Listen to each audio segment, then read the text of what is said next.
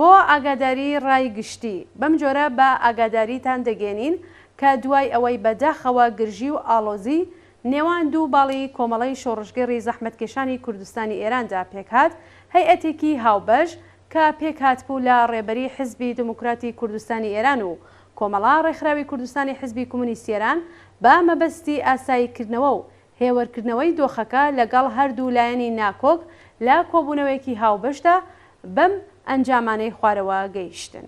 یەک، هەردوو لا وەکو یەکەم هەنگاو تا ئاسایی بوونەوەی بارودۆخەکە خۆیان لە ڕاگەیاندنی دژ بە یەکتر و بە تایبەت بەکارهێنانی زمانی زبر بپارێزن.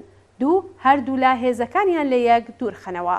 سێ، لەگەڵ هێوەربوونەوەی بارودۆخەکە هەردوو لا دیالۆگ بۆ چارەسەرکردنی کێشەکانیان دەست پێ بکەن.